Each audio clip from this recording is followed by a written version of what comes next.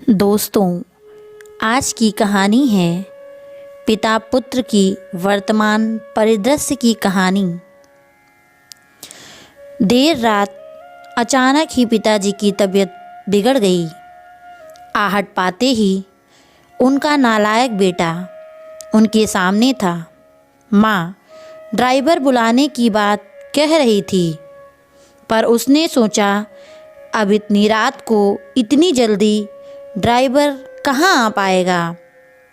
यह कहते हुए उसने सहज जिद और अपने मजबूत कंधों के सहारे बाबूजी को कार में बिठाया और तेजी से हॉस्पिटल की ओर भागा। बाबूजी दर्द से कराहने के साथ उसे डांट भी रहे थे। धीरे चला नालायक, एक काम नहीं जो इससे ठीक से हो जाए। नालायक बोला, आप ज़्यादा बातें ना करें बाबूजी, बस लंबी सांसें लेते रहें।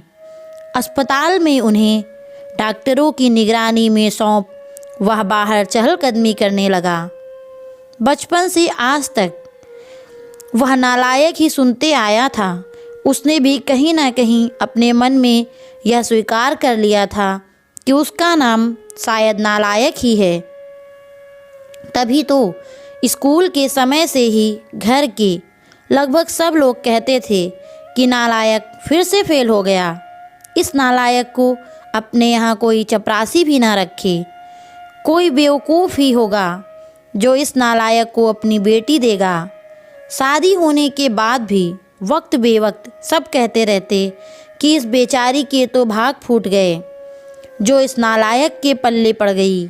हाँ, बस एक माँ ही हैं जिसने उसके असल नाम को अब तक जीवित रखा है। पर अगर आज बाबूजी को कुछ हो गया तो शायद वह भी। इस ख्याल के आते ही उसकी आंखें छलक गई और वह हॉस्पिटल में बने एक मंदिर में प्रार्थना में डूब गया। प्रार्थना में शक्ति थी, यह समस्या मामूली। डॉक्टरों ने सुबह सुबह ही बाबूजी को घर जाने की अनुमति दे दी। घर लौट के बाबूजी को उनके कमरे में छोड़ते हुए वे एक बार फिर चीखे, छोड़ नालायक, तुझे तो लगा होगा कि बूढ़ा अब लौटेगा ही नहीं। उदास हो वह उस कमरे से निकला तो माँ से अब रहा नहीं गया। इतना सब तो करता है, इसके बावजूद आपके लिए वह नालायक ही है। विवेक और विशाल दोनों अभी तक सोए हुए हैं। उन्हें तो अंदाज़ा तक नहीं है कि रात को क्या हुआ होगा। बहू ने भी शायद उन्हें बताना उचित नहीं समझा होगा। यह बिना आवाज़ दिए आ गया और किसी को भी परेशान नहीं किया। भगवान ना करे कल को कुछ अनहोनी हो जाती तो, और आप हैं कि उसे शर्मिंदा करने और डांटने का कोई भी मौका नहीं छोड़ते। कहते कहते माँ रोने लगी थी। इस बार बाबूजी ने आश्चर्य भरी नज़रों से उनकी ओर देखा और नज़रें नीची कर ली। माँ रोते रोते बोल रही थी, अरे क्या कमी है हमारे बेटे में। हाँ मानती हूँ पढ़ाई में थोड़ा कमज़ोर था, तो क्या सभी होशियार ही होते हैं। वह अपना परिवार, हम दोनों को घर मकान, पुश्तैनी कारोबार और रिश्तेदारी सब कुछ तो बखूबी संभाल रहा है। जबकि बाकी दोनों बेटे जिन्हें आप लायक समझते हैं, वह बेटे सिर्फ अपनी बीवी और बच्चों के अलावा ज़्यादा से ज़्यादा अपने ससुराल का ध्यान रखते हैं। कभी पूछा आपसे कि आपकी तबीयत कैसी है, और आप हैं कि।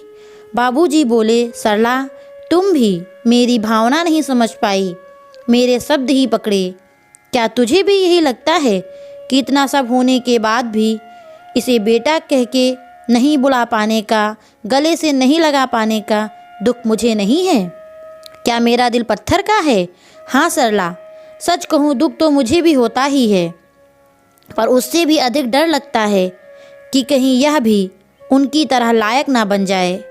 इसलिए मैं इसे इसकी पूर्णता का एहसास अपने जीते जी तो कभी नहीं होने दूंगा। माँ चौंक गई। यह क्या कह रहे हैं आप? हाँ सरला, यही सच है। अब तुम चाहो तो इसे मेरा स्वार्थ ही कह लो। कहते हुए उन्होंने अपनी नज़रें नीची कर ली, अपने हाथ माँ की तरफ जोड़ दिए। जिन्हें माँ ने झट से अपनी हथेली में भर लिया और कहा, अरे अरे, ये आप क्या कर रहे हैं? मुझे क्यों पाप का भागी बना रहे हैं? मेरी ही गलती थी, मैं आपको इतने वर्षों में पूरी तरह नहीं समझ पाई। और दूसरी ओर दरवाजे पर वह नालायक खड़ा खड़ा यह सारी बातचीत सुन रहा था। वह भी आंसुओं से तरबतर हो गया था। उसके मन में आया कि दौड़कर अपने बाबूजी से गले लग जाए। ऐसा करते ही उसके बाबूजी झेप जाते। यह सोचकर वो अपने कमरे की ओर दौड़ गया। कमरे तक पहुंचा भी नहीं था कि बाबूजी ने आवाज़ लगाई, अरे नालायक, दवाइयाँ कहाँ रख दी? गाड़ी में ही छोड़ दी क्या? कितना भी समझा दो, इससे एक काम ठीक से नहीं होता। नालायक झटपट आंसू पोंछते हुए गाड़ी से दवाइयाँ निकालकर बाबूजी के कमरे की तरफ दौड़ा।